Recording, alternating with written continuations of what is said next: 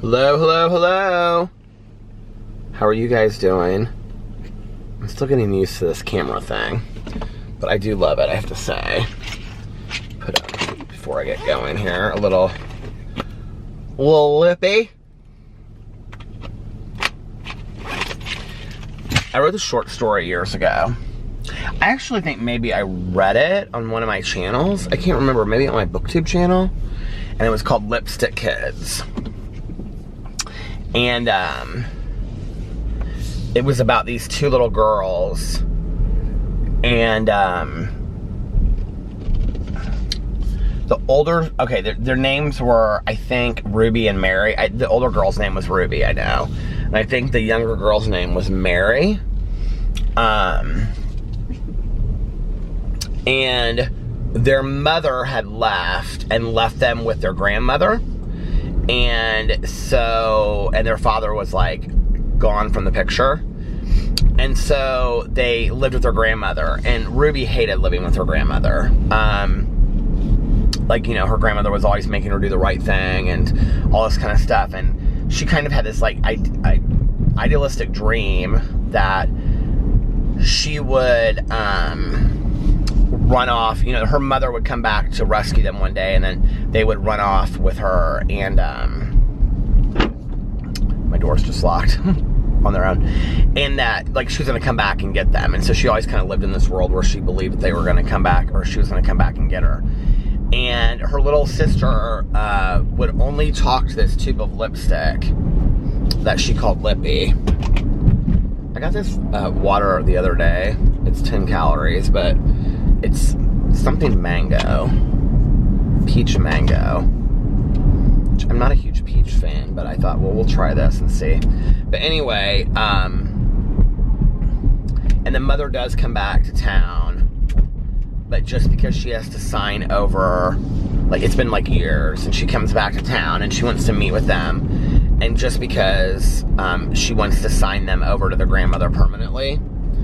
And at the end of it, like, Ruby breaks down and basically is like, just kind of folds into the grandma, because the idea that sometimes we end up hating the people that, you know, we push away those that we know will never leave us because they love us so unconditionally, and yet we're willing to accept things from those people that, you know, treat us the worst sometimes. And it was kind of that idea. I wrote it when I was like in my early 20s, and I actually took a screenwriting class because I thought that I wanted to do that. But if you've ever written a screenplay, I realized very quickly that it's not that creative. I mean, the idea of writing a script is very creative, I guess, but as far as like creative writing, it just isn't that, because it's very much like, you know, you just write a scene and then dialogue. It's very like, you know, like a play. So you just kind of describe the scene and like whatever. It's just not very descriptive. But I turned it into like a movie, like as if it was a short movie. And as like it started, she's having like this dream, and everything's to the color red, because her mother used to always wear this color of red lipstick. And she's like caught in this closet and she can't get out. And there's all of these. There's also like there's like some symbolism for like sexual orientation as well in there, because like she wears her father's glasses in that, like his frames, like they don't have any lenses in them, but I think she wears like the frames, kind of like symbolizing that she sees things through his point of view. And she like wears her hair like her dad's, like she has it like parted on the side, and she like greases it over, and I think she uses this hair grease or something like that. I think the dad passed away or something. I can't remember how it's like, but anyway, it's like gender and sexuality stuff in there as well. And so at the beginning of it, it's like she's stuck in this closet and she can't get out. And the closet is just like all of these like dresses and all these like taffeta and chiffon dresses that are all red, all these different colors of red velvet. And she just can't get out, and she's caught up in this closet. I remember that's how I started the screenplay. But anyway, I wrote that for a screenwriting class. Or I turned that short story into it. screenplay. I used to write a lot of short stories back in the day. I don't really ever write short stories anymore. It was a form of writing that I really enjoyed. But I also took I took a creative writing class like every semester for 2 years because that was my area of focus when I got my English degree, was creative writing. I had the same teacher for I think 3 of my 4 classes. He was such a nice guy. He was older. He's probably passed away now, I would think. He was probably in his 60s then, which means he'd be in his 80s now, so he's either older or... I remember, like, he wasn't the chair of the English department, but he was, like, somebody that I had to... He was, like, my guidance counselor, kind of. Whoever, like, I can't remember what the title is, but who you report to within your department. So he was that for me. And so I remember when I came back from treatment, and I had to sit down and have a meeting with him about, like, what I was going to do going forward. And I remember he was so kind about the whole thing. Like, just very concerned about my well-being. And if I could really handle school coming back, if it was the right time, and I had taken some time off. I had planned on taking a year off. Well, when I got out of treatment, I went right back to college, and then a couple days in, I realized it was too much. I couldn't do it. Well, actually, what happened was, so I read the book, The Celestine Prophecy. Do you ever read a book or see a movie or a TV show or something, or listen to a song at a certain point in your life, and for some reason at that moment, like, it has some profound impact on your life? I think James Redfield is who wrote The Celestine Prophecy, I think. So I have no idea why, but so I'm a couple days out of treatment, and college is getting ready to start. I think I even went to, like, the first day or something. I mean, I'd gotten all my books and everything. Never thought anything about not going back to college. I was, like, kind of ready to go. And I remember one night, like, I had gone to a meeting, and so one of my very, very good friends that I had drank with for a long time, she called me in treatment on New Year's Eve. And she was wasted drunk. Like, they would, like, people could call in, and then they would leave notes, like, call so-and-so, at this number. They would leave notes for us on the counter, so they would be, like, taped. So you'd go check on the counter, and then it would have, like, your name. It would be, like, a piece of paper folded over with, like, the note inside, and it was taped to the counter. And she called me, like, several times on New Year's Eve. So I remember, like, I called her, and I was like, she was wasted drunk. And I said, like, you're drunk calling me in treatment. And then she, like, hung up the phone or something. She said something, I can't remember what she said, and then she hung up the phone. And her sobriety birth date is January 1st of 95. So our sobriety birth dates are very, very close together. She doesn't live here anymore.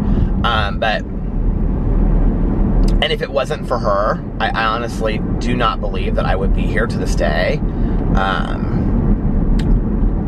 Like, we did everything together in early sobriety. Literally everything. And we went to all of our meetings together, and she dated a guy that was in my aftercare group that actually went back out while she was dating him. I remember it was horrible because his drug of choice was crack cocaine, and he kind of just, like, went on a binge, and then she never heard from him. And he was in my aftercare group, so it was, like, a big deal, but I couldn't really tell her, like, what was going on, and I didn't really know. I mean, just that he wasn't showing up. And I remember, like, we were driving somewhere, and she was really upset about it. And the thing was, is that she was just, like, not just an alcoholic, but, like, she didn't use any drugs ever. Like, she never even smoked pot. And, she is, like, a really good example of people that get sober that you don't have to have gone to, like, any lengths to drink and stuff. because, like, for her, she was very controlled in her drinking. I remember, like, so where I live, well, anyway, so she didn't really understand. She understood addiction, but she didn't really understand, like, crack cocaine. And she was so angry, I remember, like, at the crack cocaine. And I remember she just, like, started hitting the dashboard, and she was like, this is the thing that sucks about addiction, is that you have all these emotions and you don't know what to do with them. And it's so true too. It's like, you know, your first couple years sober, it's like you have all these emotions that you don't know what to do with, you know. It's like, because you've just numbed your emotions and controlled your emotions through drugs and alcohol for so long. You want to be happy, you get drunk, you know, you want to feel some emotion, get sad, you know, because somebody passes away, or you break up with somebody, you get drunk, or you eat pills, or, you know, if you want to stay up all, you know what I mean? It's just like, we become very good at controlling our emotions to some degree based on whatever we're choosing to use. And so anyway, it was so horrific. And so anyway, they went through this huge breakup. That must have been more like later, like 6 months of me being sober. Because I think I was driving by then, and I wouldn't have been driving till that summer sometime. So I think,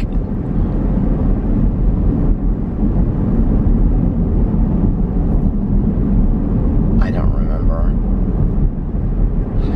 But I really don't remember. There's so much of that first year that's so fuzzy to me. You know, it's interesting when, like, we expect newcomers and 12-step programs to really, like, have it figured out rather early. And I'm like, my first year is so fuzzy to me to this day. Like, I don't even know. Like, it was just enough for me to not drink and not pick up drugs. Like, just to do that was a lot. I'll talk about her in a second. But, so she and I were hanging out, and I had gotten the book, The Celestine Prophecy. And if you've never read it, it's about these insights. And it's basically a self-help book. I've been lisping so bad, you guys, because I bit the inside of my mouth the other night so hard. And it's like, it hurts so bad in here that I'm trying to, like, talk around it. But so it's like about, I have not read this book in years, but it's about these insights. And so this guy, I think it takes place in Colombia, if I'm correct. This guy gets this call in the middle of the night, and, like, his friend is on this, like, adventure trek, and he needs him to, like, come and help him or meet him or something. So he, like, goes in the middle of the night. He, like, schedules his flight to fly there, and maybe it's Peru, I can't remember, some South American country. But anyway, and as he's, like, trying to find his friend, he, like, comes across all these insights that his friend has learned as well. But they're very much things that, like in the book, they really happen, but they're examples of, like, how to live. Like, about, like, having, I mean, it's very new agey, so it's about, like, having elevated levels of energy around us and things like that. And I remember this one thing specifically because I thought it was so profound, was that, like, when you're talking to people, right, that it's an exchange of energy back and forth. So if I'm talking at you, then, like, my energy is coming at you, right? And if you're talking to me, your energy is coming to me. And in the book, they use this example of, like, a bonfire. So, like, if you're arguing with somebody and you're like, it's like throwing gasoline on the bonfire. I think this is in the book, but they reference something about this bonfire, and then back and forth. So, like, if we're arguing, we're just building up this bonfire, right, of negativity.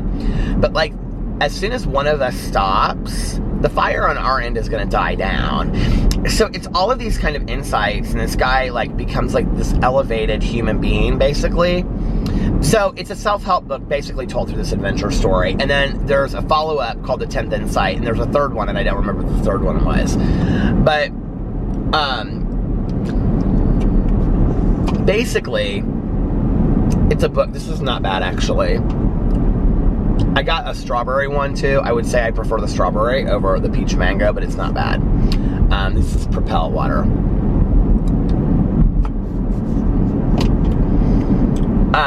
So basically, it's this, like, adventure book, but it's like a self-help book, you know, hidden within a self-help book, hidden within, like, a adventure book. But I remember reading it, and, like, at the core, its message is, like, how to be the best version of yourself that you can possibly be. Like, how to be the most kind, caring, compassionate human being that, like, is really just trying to improve yourself. And I remember, like, I literally started this book. I came home from a meeting with my friend, and somebody lent it to me. I think maybe I can't remember. I was gonna say my mom, but I wasn't really talking to her at that time, so it wasn't her. I think I gave her a copy after, like, she got sober. Because I didn't really talk to my mom or see her much that first 6 months, because I told her I can't be around people that are using, and you're one of those people. And my mom was like, oh, surely you can't mean me. And I was like, yeah, Mom, you. Like, I can't be around people that drank. And I was told, you know, to change my people, places, and things. And I had never done, that was the one piece of advice that all the times I had been to treatment, all the times I had tried to quit drinking, that people had told me, all the times I've been in 12-step programs, you got to change your people, places, and things. And that was the one thing I wasn't willing to do, especially my people. And so when I got out of treatment, I was like, okay, I got to change my people, places, and things. My counselor in treatment, she actually had me call some of my friends and tell them that I couldn't hang out with them anymore. She was like, well, she didn't have me do it, but she, like, suggested that I do that. And you know what's so funny is, I really thought, like, people would be so offended that I was saying this to them, or that they would be like, I can't believe that Peter doesn't want to be my friend anymore. When what it really turned out to be was, I didn't hear from a lot of these people. Like, I just really didn't. Like, people that I thought we were, like, diehard good Judies, I just really didn't hear from them, you know. And a couple of them later, it just was obvious that they were in their own, you know, addiction or madness or whatever. A lot of others, our friendships just weren't that deep. But then there were others in there that they weren't willing to stop what they were doing, like drinking and going out. I wouldn't say they were addicts, but they didn't want to compromise my recovery. So good people, you know, that were like, hey, like, I was young, I didn't want to stop going out, but, like, I didn't know how to be your friend and be like, yeah, let's go to lunch. And then at lunch, well, what are you doing tonight? Oh, we're all going out. Sorry, you have to stay at home and read a James Redfield book. You know what I mean? So they were all like, you know, it was, but not one person was offended by the fact that I said, hey, listen, I think it would be in my best interest to not, like, for us to hang out. I thought they were going to hear it as, like, you're not a good person for me to hang out with, and none of them heard it that way. So anyway, but I came home with her, and I got this book, I don't know how, but anyway, and I remember I made a pot of coffee, and I sat there, and I made a fire, because I used to have this wood-burning fireplace in that apartment, and lit a bunch of candles, and I read that book straight through, and literally, like, that night, I read it. And I remember I woke up, I can see myself sitting there on my couch in that living room, and I can see, like, the sun coming up, and it was winter, because, you know, it was, like, January, and it was, like, snow outside, and I can remember thinking to myself, I cannot go to college right now. Like, I need to focus on my recovery. And if I don't focus on my recovery, I'm going to be dead. Like, if I don't do this and improve myself, I'm going to be dead. But my dad, on this contract that he gave me, so I've talked about this before, but the last time that I went through treatment, my dad typed up this contract, and it basically was like, this. Like, you must go to aftercare so many times. You must see a counselor twice a week. You must go to, you know, like, a meeting every day. You must have a sponsor, and I am allowed to talk to your sponsor at any time that I want to. You know, you will give me all your money, and I will buy you groceries and cigarettes. It was like all this kind of stuff, right? And I remember, because I had all these contracts before that I had to, like, sign, right, that I would agree to. And I remember looking at it, and my dad was, like, really good friends with the doctor that was my medical director of the treatment facility that I worked at, who I ended up working underneath. He was my direct supervisor later. And I remember, like, sitting in his office, and I'm like, well, where do I sign it? And my dad goes, you don't sign it.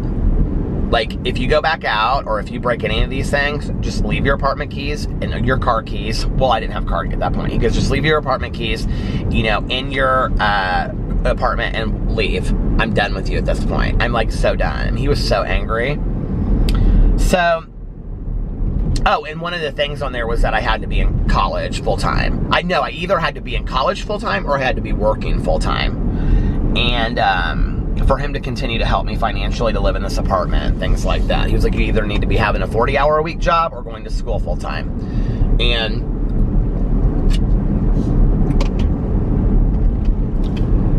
So I read this book and I was like, yeah, this is not the time for me right now. Like, I need to really be focusing on my recovery. Like, I got scared. I was like, if I don't focus on my recovery right now, I don't know that I'm going to make it, you know, to the point where I'm going to be in college. So I called my dad and I said, can I, like, come and talk to you? And he was like, yeah. He was like, come to my office. So I went to my dad's office. I think I had that friend to take me because I called her and I was, like, so excited about this book, you know? Like, something had, like, this fire had been lit in me. And I just was, like, rejuvenated, you know? If you ever read something or seen a movie or, like I said, you know, that you just get, you know, inspired inside. I should probably read this book again. But anyway, there's a movie, too. The movie's horrible. I remember I watched it years later.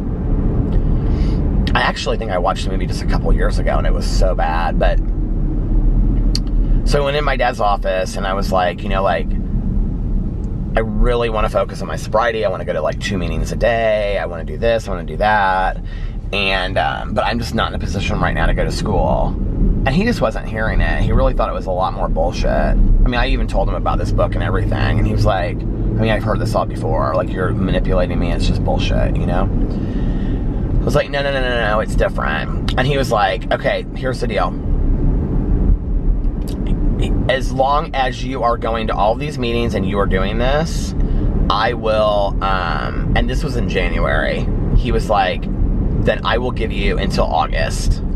But in August, you need to be working a full-time job or you need to be in school full-time.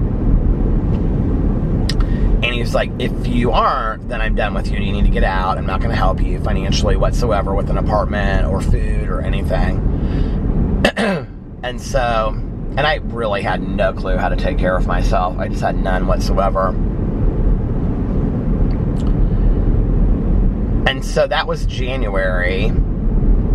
May was when I started working in the treatment facility. And then I went back to school that fall, and I was working full-time, and I was in school full-time. And it all just kind of took care of itself. There's like this light in the sky that looks like a plane, but it's really weird. It has like, it's like red around it. I mean, it's kind of moving, so it's got to be a plane. It's got like one flashing.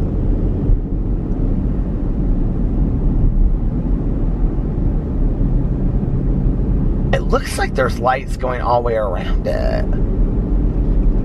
Hold on a second. I'm going to pull it over here for a second.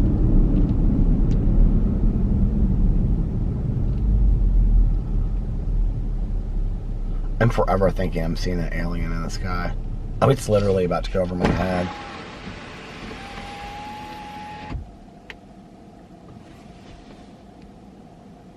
It's totally a plane. I wish it was an alien, though.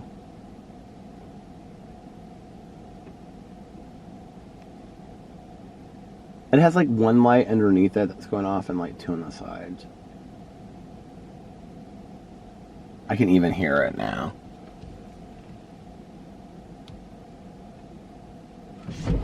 Wonder who's leaving or coming home.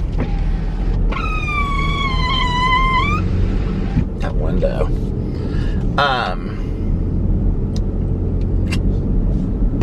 So yeah, it just kind of like all took care of itself, you know? And I believe that it happened the way that it was supposed to happen. But I had to stop fighting it, and I had to go along with the grain, and I had to just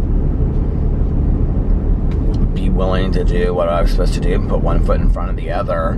But that book, I don't even know what it was about it now in retrospect that like changed me so profoundly, you know? I've had a couple books like that in my life that have done that. But that was definitely a huge one for me that really, really changed me. I don't know why, but the book, If Life Were a Game, These Are the Rules by Dr. Sheree Scott.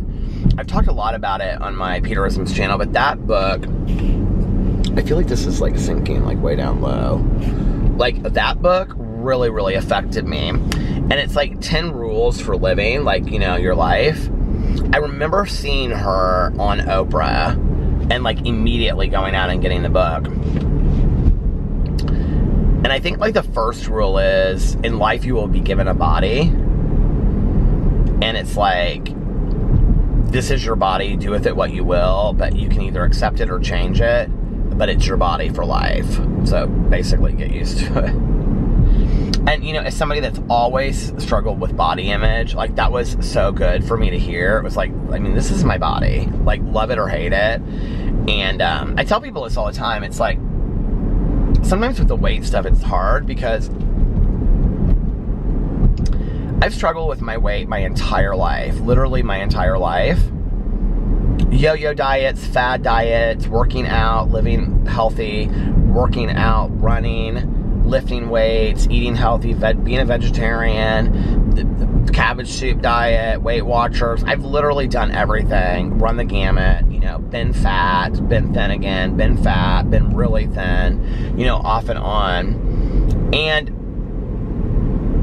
it's just a miserable way to live. It is total food addiction. I'm so aware of that. And it's, you know, I see the signs come up. And it's interesting because the signs are very, very similar to other, you know, addiction issues that I've had in my life. And, I mean, it's very similar to, like, drinking and drugs. And, you know, and honestly, like, I don't know which one preceded which. Like, when I look back on, like, even my really young years, that a lot of, like, food was a reward for me, and I emotionally ate even when I was younger, you know? I mean, I can remember, is that a coyote running through somebody's yard? I think that was. I can remember, do you guys have coyote problems eating little dogs in your area? Like, here, it's like a huge problem in Indiana.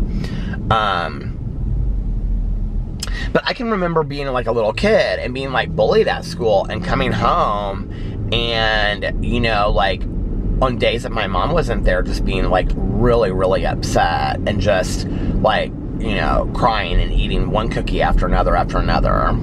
Two of my favorite after school snacks were saltines and peanut butter. I loved. It sounds so good right now. And graham crackers and white frosting that my mom got me started on. And I could just devour them, you know? But I think that, like, one of the things that's kind of scary to me at this point in my life is I've almost gotten to a point where I accept the fact that this is who I am. And, like, I'm like, to be honest with you, I'm very content. I don't want to be heavy, but at the same time, I'm kind of content being where I'm at. Like, it isn't, like, it doesn't stop me from going on the beach. It doesn't stop me going to do things. In the past, my weight would stop me from doing things. I mean, even since I've been doing this vlog, like, that first year I went on vacation, I was like, I'm not going to want to take my shirt off on the beach or whatever. I mean, I can remember people saying, just go on the vacation, enjoy yourself, don't worry about your weight. Like, that was the first year I vlogged, and this is the third. So in 3 years, I've come that whole direction of, you know, total, like, not total, but I would say 2/3 maybe acceptance of just like, hey, if you're not going to do something about it, at least accept your body as it is so that you can enjoy your life. But that's kind of a scary place to get to as well, because it's not healthy and this isn't where I want to be. But I think it's kind of, you know, a trick that my mind plays. But at the same time, that's why, like, it's good that it's like, you know, Optavia is like structured for me, and that's good.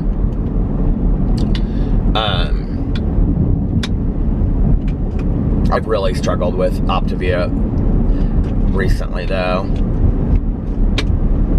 Like, I was doing so good on it, and like, I'll have a couple days where I do really well, and then I'll have like 2 or 3 days where I just like fall off, you know. And between, like, with Jason passing, and then, you know, like, we went out to eat around that, and then Mother's Day, which was in May, so I can't use that as an excuse anymore, but that was a bad day, you know. And then, you know, going to Seymour, it's like, it's been like, I've always had these excuses for why I'm like eating bad, but they're all of them just excuses, I know that. So I just need to get back and stick to it. firmly. I do half a day on it. I mean, I'm doing better than I was, but anyway, I was doing better when I started it. I was doing fantastic and I felt great and whatever. But anyway, yeah, that James Redfield book really, really changed me. My friend and I, that she got sober, so we used to drink a lot together back in the day. I would say, so I kind of became weirdly, I would go out towards the end of my drinking, I would say, and this is just the last couple months, I would say September, October, November. I had dated this guy that was really, really sketchy, and he had got me involved, I had started cocaine anyway, but he, really got me involved in it. And, well, he didn't do anything, but he had it around a lot, and so we would do it. And then he and I broke up. He just was a sketchy person, and he's not today. He's I don't know, we're all kind of, I think, when he just was in the partying scene, so I shouldn't be surprised by anything about it now, and I was back then. But anyway, we broke up, and I just was in a total funk. I didn't really, he and I had been off and on dating for so long that I didn't really know who I was if I wasn't dating him, and he was not a great person, and he was the person that had said really horrible things about me, about my physical appearance, and put me down about my physical appearance. And what I know in retrospect, he would say things to me about being heavy. I was 155 when we dated, and I'm at the same height as I am now. Let me just put this in perspective for you. So, 220 now. I was 155 then, so, 80 pounds thinner than I am now, same height. And he would say things to me all the time about being bottom heavy, that I needed to watch what I eat, how was I letting my body go, how was I allowing myself, it was really, I look back on that, and it was rather abusive, and, because those things would just stick in my head,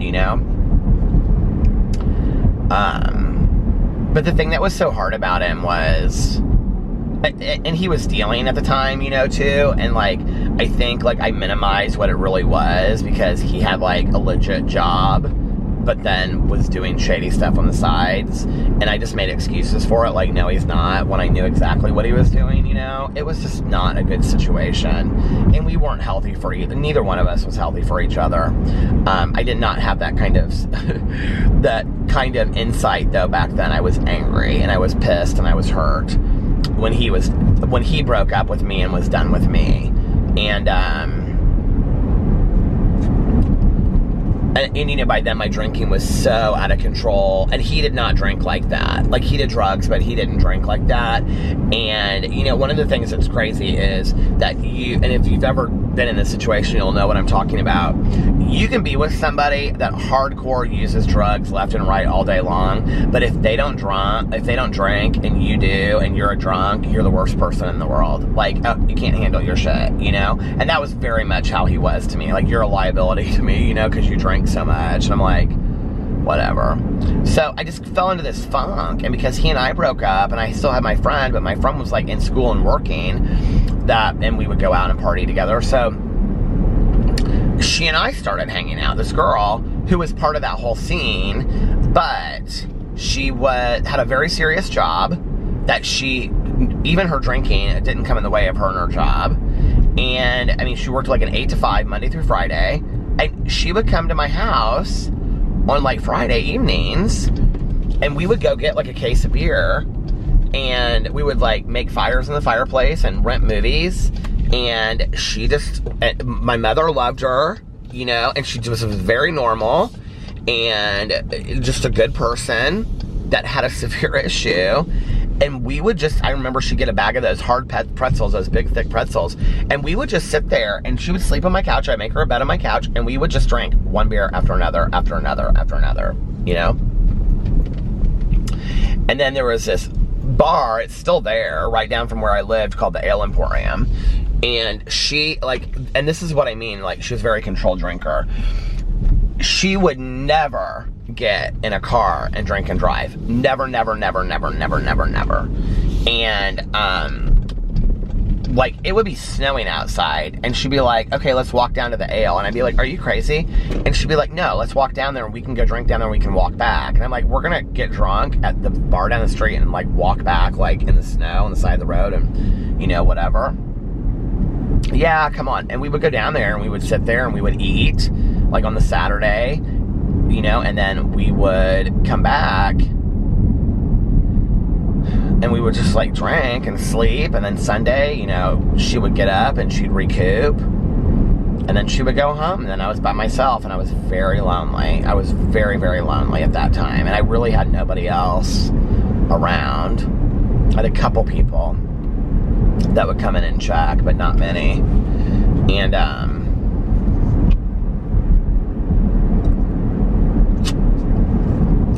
she actually brought me a bunch of stuff in treatment, too.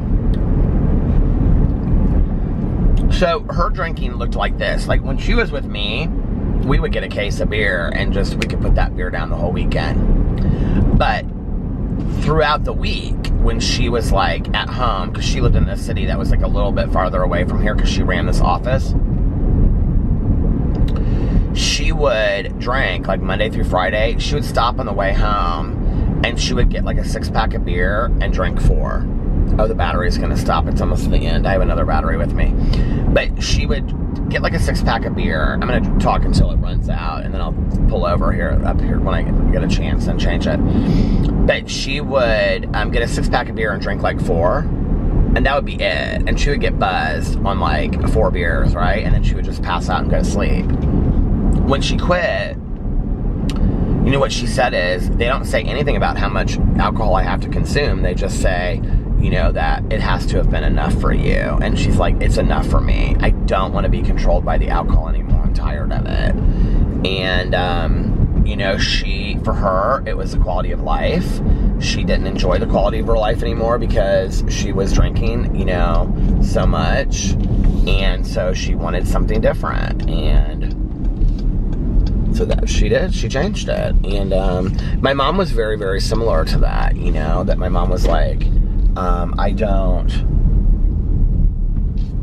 want to be controlled by the alcohol. And whether I live another year or another 10 years or another 50 years, she was like, I didn't want my life to be controlled by, you know, alcohol anymore. So, and they weren't, you know, and they stopped. And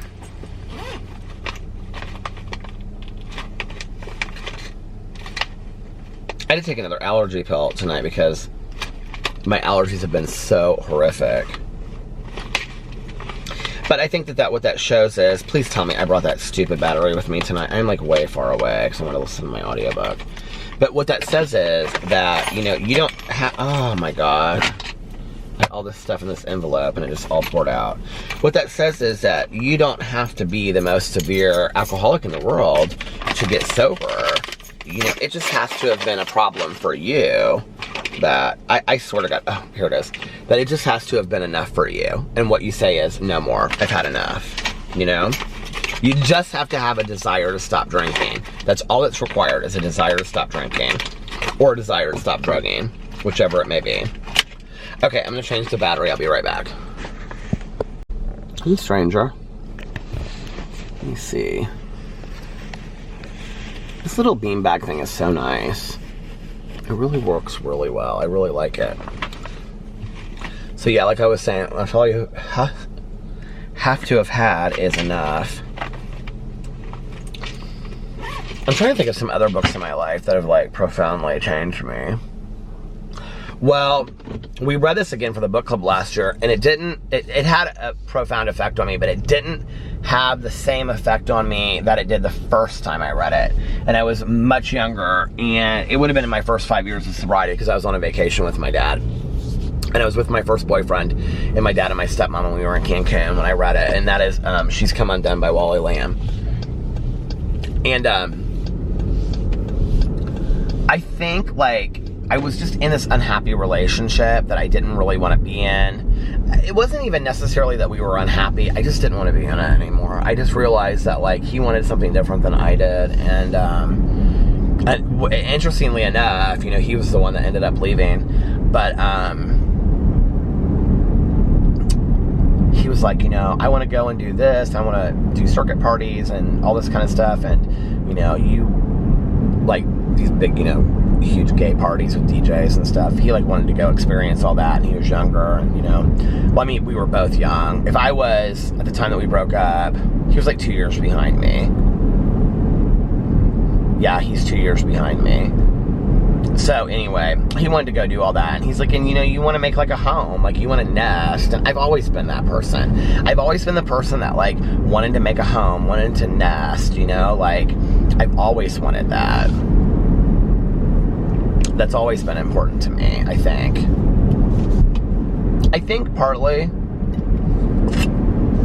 because, whether it was being bullied and coming home, or coming from the home of an alcoholic, but I didn't feel unsafe because of my mother's drinking. Like, I don't know how to explain it. Like, I was afraid for her, or I was afraid of, I didn't know how the night was going to end, but I was never afraid of my own safety, or I was never afraid she was going to, like, hurt me, Not really that I remember, at least not today.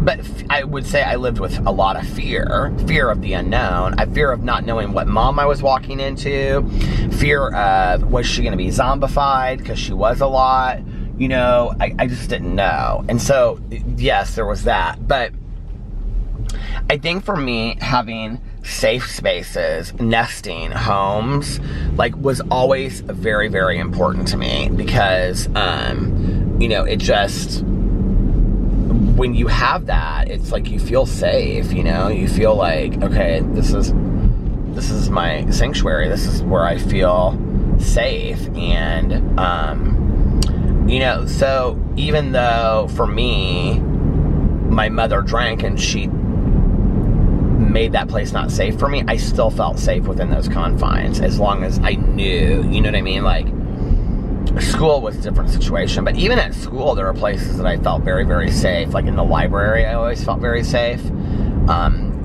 Which is funny when I look back on that. I've always loved to read, and I remember my mom taking me to the library as a little kid. It's funny being like, in the summer, because the summer reading programs that libraries do, like I used to always do those when I was a kid, and at the end of it you get like, a free ice cream cone, or, like a free Happy Meal at McDonald's or something if you win. But, I always did those reading challenges in the summer to see how many you can read. And I remember going to the library with my mom, and she'd say, okay, Peter, you can check out as many books as you want to check out. And I come with like this huge stack, and she'd say, you're not going to possibly read all those books. Oh, yes, I am, Mom. Oh, yes, I am. Please let me take out all these books. Please let me take out all these books. She's like, you can take out whatever you want, but just remember, there are other children that would like to read those books as well. I swear, Mom. And she'd be like, okay. My mother was at the library all the time, so if we took out books, like, we would bring them back like 3 days later if I wasn't reading them, or if I had finished them. It's so funny because Mel is somebody, my book club co-host. She and I should just say my friend Mel, because she's more my friend now than she is my co-host. And the way that she uses the library, it didn't even occur to me until one day I was thinking about, like, a book, like, could Mel get this book at the library? And the way that she uses the library is so similar to how my mom did. My mom just would not buy or pay for a book, like, and that's not Mel's issue. Mel just always goes to the library first, but my mom just wouldn't. Like, she just was like, there's no reason for me to buy the book if I can read it. Like, I'm not going to keep it forever, Only would she buy books if they were, like, rare edition, secondhand, or, like, it was something that she wanted to keep and underline or highlight or, have forever. But very rarely, like, if it was, like, modern stuff, and she read a lot of nonfiction, like, she read a lot of classics, but, like, as far as, like, later in life, she read, like, a lot of, like, nonfiction. Who is the, shoot. Oh, what's her name? My mom loved her. She wrote, I can't remember what the name is, the book is called, something Mercies, I think, and Lamott, and, oh, my mother loved her, and she wrote a book, and I remember, it's her most famous book, I won't think it was something called Traveling something, but anyway, in the book, she talks about like being pregnant, how his church helps her and everything. But my mom loved to read stuff like that, kind of like autobiographical memoirs or, essays, things like that, autobiographies. She loved to read all that kind of stuff. Well, it's not like if she read it more than once, she needed to have it, for life. So she would go to the library. If they didn't have it, she'd get on a waiting list. Then she'd be real excited and she would call me and she'd be like, oh my God, I wanted to get this book and guess what? I'm up for it on the waiting list. Mel is exactly like that. Mel will call me and she'll be like, oh my God, I've been on the waiting list for this for like 2 weeks, and it's so cute, and it reminds me so much of my mom. My mom would get so excited about the different waiting lists that she was on. But now, they have these apps, that you can download the Kindle, the ebook versions, or the audio versions of it from the library on this app for free. I'm so happy. Like, I miss my mom like crazy, but I would not want to explain to her how to use that app. Like, she would have been so confused.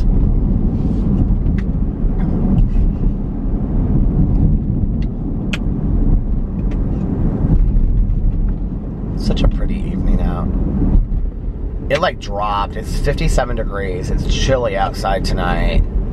And it was really, really windy earlier. Tanya called me and she's like, it is so windy, don't you think? And I was like, yeah, it's really, really windy. She's like, why do you think it's so windy? I'm like, I don't know, Tanya Jean, it just is. She's so funny.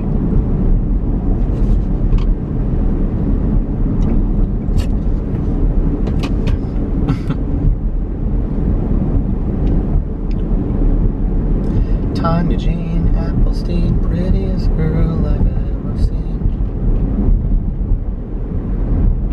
Supposedly it's supposed to be cool all weekend long. I'm ready for some nicer weather. I'm gonna have some pool days. Outside my mouth hurts so bad.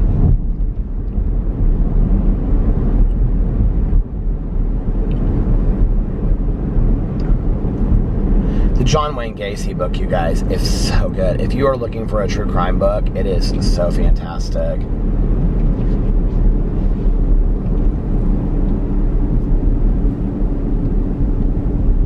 I was sitting here, I was just thinking to myself, like, what are other things about my mom that, like, I never talk about on here, like little small things? It's something that my mom used to do. I feel like this is kind of like an old-timey thing. We don't do it as much anymore.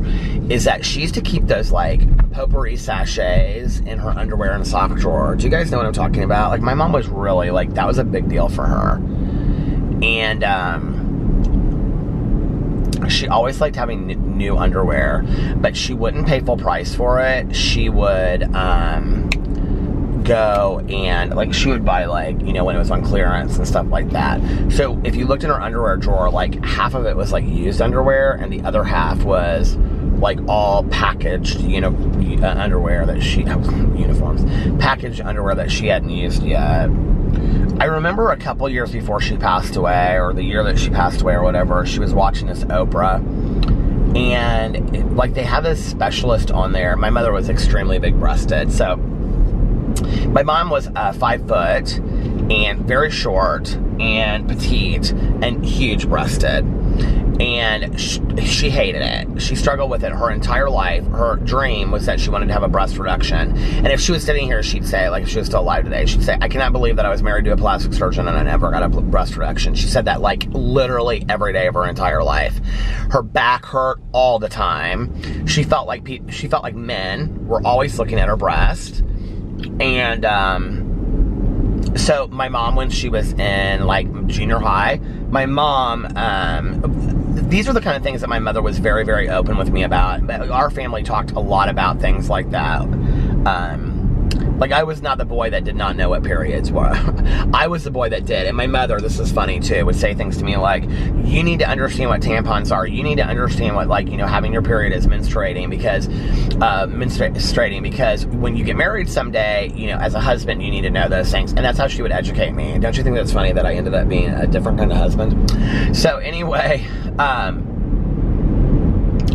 But, like, you know, she would educate me very appropriately about these things. And, you know, as I got older, like, I mean, in my 20s, she shared the story with me that, you know, she had these boys in high school, or in, like, 9th grade, 8th grade, actually, that, like, they were peeping in her window at her changing. And my mom's stepdad at the time, like, went out with, like, a gun or something and, like, called the police. And when the police came, they asked my mother, they said, do you wear tight sweaters to school to entice the boys? Like, you know, are you flirtatious with these boys? Basically putting it, I mean, we don't live as much in that same society today, but we all know that there are still people that really believe that way. That, you want to talk about some serious damage on somebody, that right there, that one incident, stuck with my mother her entire life. She would always say that the majority of men that she talked to would never take her seriously, because when she was talking to them here, they were talking to her here. And I would say, seriously, Mom? She'd say, oh, always. Always, because she was so big-breasted. By the time that she got sober at 51, and, you know, my mother, her entire wardrobe kind of switched to all black. She was like, it was almost kind of like Joan Didion, but she would wear like all black all day. And she had kind of like this blonde bob that was always like very severely tucked behind her ears, with bangs, and like platinum blonde hair, and then huge black sunglasses. She also loved the color hot pink, so she would wear hot pink with like black pants, or like a hot pink t-shirt with whatever. But mostly she wore all black. And one of the things she started doing was wearing v-neck t-shirts, and it was so weird to me because I had never seen cleavage on my mother, ever, right? And I remember saying something to her one time. I was like, Mother, you know, and she was like, listen, she was like, I have been afraid to show my breasts my entire life because of men looking at me. She was like, but if they want to look, that's their issue, not mine. And she's like, I am not going to be ashamed of my breasts anymore. And she just was, you know, she was like, I'm never going to get a breast reduction. I'm never going to, whatever. But and my mother at the end, and she's the other thing, she's like, she would call it her uniboob. She was like, if they want to look at my uniboob, they can look at my uniboob all day long. I don't really care. It hasn't been a sexual thing to me in a long time, so I don't really care. But she would wear jogging bras because jogging bras were so comfortable to her, because they would flatten down her chest, is what she would say. She'd say, it hurts so bad. Like when I'm like walking or when I'm doing whatever, she'd say, you know, it's just like, it's so much. Well, she never knew like the appropriate size. There's some of you out there that are watching, so I was going to say some guys, but there's some of you out there that are like, Peter, we do not need to know about your mother's breast size. But I do think this is an important topic. I think these are things that a lot of the women don't talk about today, you know? So my mom saw this Oprah, and what they said was that if you aren't wearing the appropriate size bra, you're actually doing a lot of damage to your back and to the rest of your skeletal system, because you're not standing up straight. It's not like a bra isn't supposed to pull you back, and it's not supposed to lunge you forward, and it shouldn't be loose, and it shouldn't be too tight. It should be perfect, appropriate, so that what it does is it lifts your breasts up, and as it lifts your breasts up, then it doesn't make your back hurt as more. And she went through this whole thing. There's all this kind of details about it that I'm not talking about right now, but needless to say, you need to be in the appropriate size bra, okay?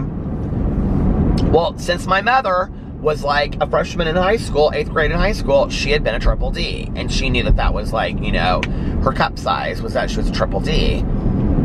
So Oprah did this thing, and they talked about, you know, going to Nordstrom or Victoria's Secret at the time. I know people don't support them now, but, you know, and getting sized appropriately, and that, you know, they would take you in, they would do it for free. So my mom went to Nordstrom, and she had her breasts sized, and she said they took her into a dressing room and they did it and whatever.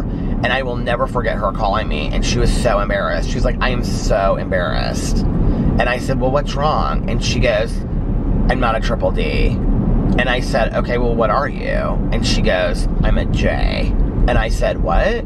She goes, Peter, I did not even know that they made J's. She said, I'm a J. And she's like, that's why my back has been hurting so much. And I said, well, okay, did you get some bras? And she said, they have to special make them, or they special order them. And she was like, I got like one at Nordstrom, and then she was like, I went to Victoria's Secret. She was like, but they're so expensive. And that's why she kept on wearing jogging bras, because the bras that were nice were so expensive for her to wear. But she struggled with that her entire life.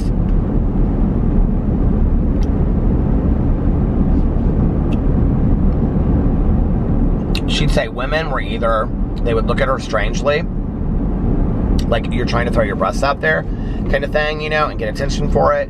She said, or men would stare right at her breasts. Like, not as a generalization, but like a lot did, you know, and she'd be like, it's uncomfortable.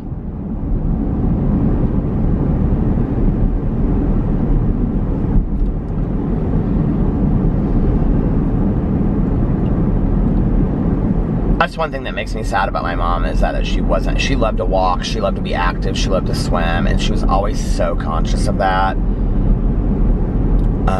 Like, just even in a swimsuit. Like, my mom, she would say, like, not, like, you know, I mean, my mom was petite. I mean, she wasn't, you know, she just wasn't, like, huge or anything, except for her breasts. And so she would say things like, my friends through the years have worn bikinis, and she'd say, I don't want to wear a string bikini, but I would like to wear, like, a cute, you know, two-piece.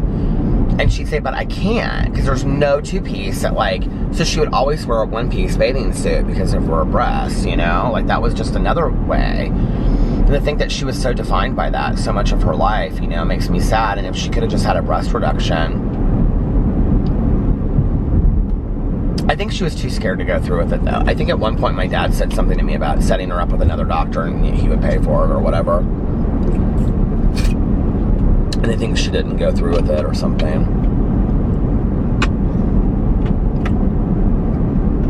Isn't it funny the things that we fixate on in our lives?